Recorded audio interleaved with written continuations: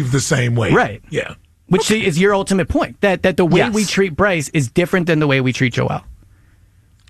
My ultimate point is not... Where does Jalen fall in this? Jalen's on a different planet. Like he catches it. Well, when you're the quarterback of the Eagles, it is the hardest job in the city. I agree. Jalen gets more intense criticism than either of these guys combined, but he also gets higher praise. Maybe not more than Bryce. Praise, but I'm saying, like, I think he does. That's Super Bowl. Not higher praise than Bryce. Than Embiid, for sure. Well, that year they almost went to the Super Bowl. Well, he deserves to get higher praise than Embiid. Well, no, he doesn't. He's accomplished more than Embiid as on his team. He has.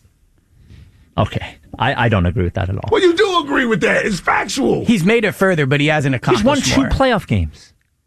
Yeah, he's got them to the Super Bowl. Yes, and one of the playoff games, they might even lose if Brock Purdy doesn't get hurt. No. Yes, and actually, Joel Embiid won a real MVP instead of the imaginary MVP that Jalen Hurts won. In the regular season. Yes, they're both have... One has a regular season MVP, one does not. One is considered one of the 3 or 4 best players in the sport, one is not. But one got to a Super Bowl, but he won 2 playoff games. Let's put this in context. Yeah, and the context is expectation.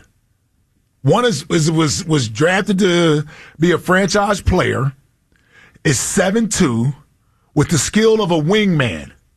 So he has a clear advantage every time he steps on the court. You can argue he's the best player every time he steps on the court. Yeah. So then why doesn't he win more? That's not the question. No, it is. It's part of it. It is part of it. What you said was... No. I'm going to tell you, you said Jalen has accomplished more than Joel. It's not true. As his team.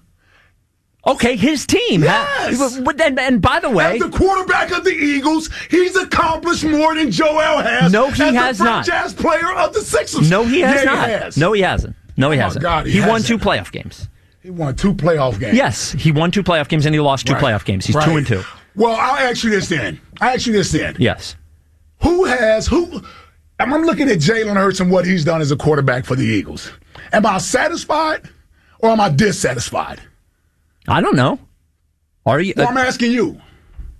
Right now, the jury's out.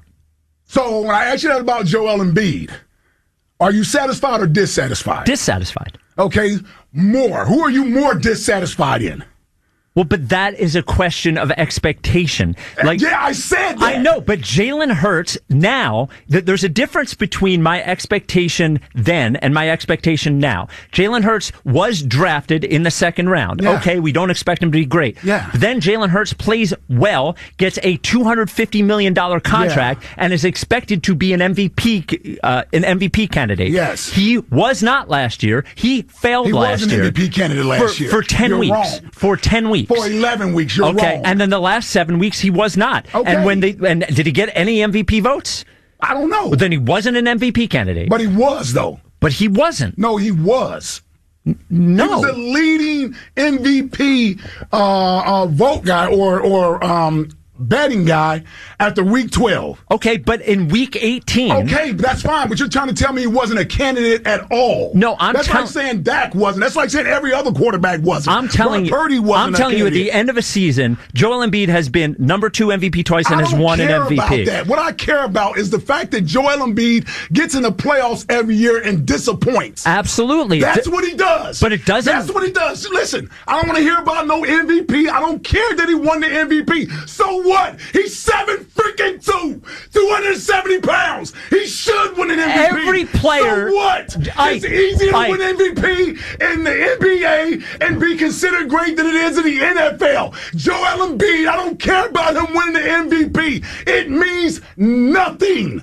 Nothing. Of course it does. Of course it does. And this whole thing about he's 7'2", the number of players in the NBA. Yes, the number of players. 270 pounds. Ike, the number of players. He lost to a 5'11" guard in Trae Young. He lost to Jalen Brunson. The number of players in the NBA who are 7 feet tall is innumerable. There have been hundreds and thousands of 7 in the playoffs to Tampa. Okay, hold on. He lost to Tom Brady in Atlanta. And then who did he lose to last year? Let me finish.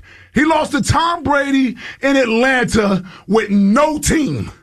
That team shouldn't even been in the playoffs. Okay. He lost to Patrick Mahomes in the Super Bowl. where you can make the argument he outplayed him. He lost to Baker Mayfield in Tampa last year with no freaking team.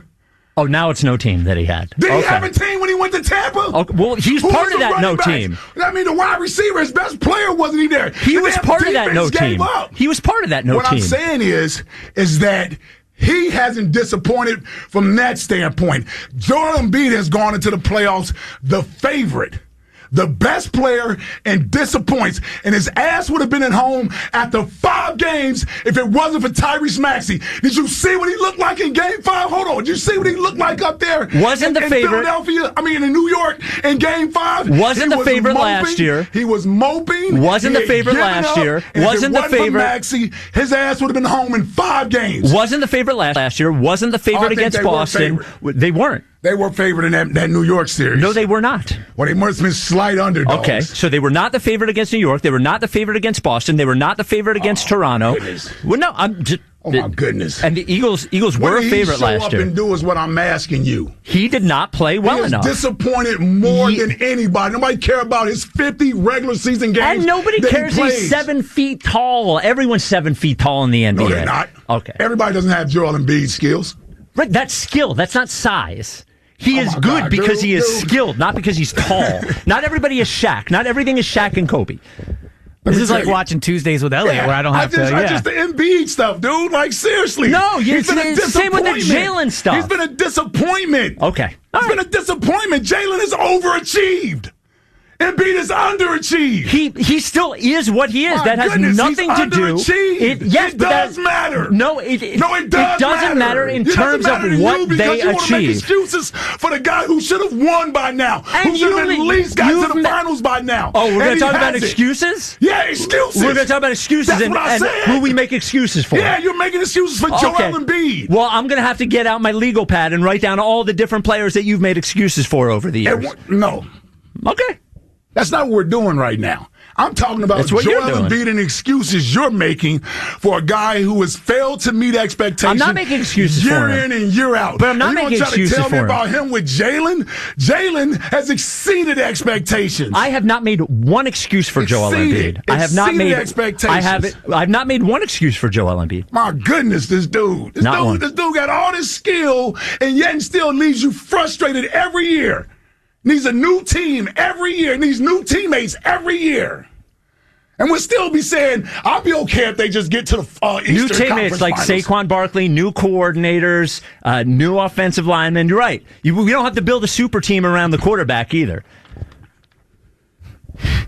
I think the winner of that is inconclusive as well. Yeah. we gotta take a break. All right.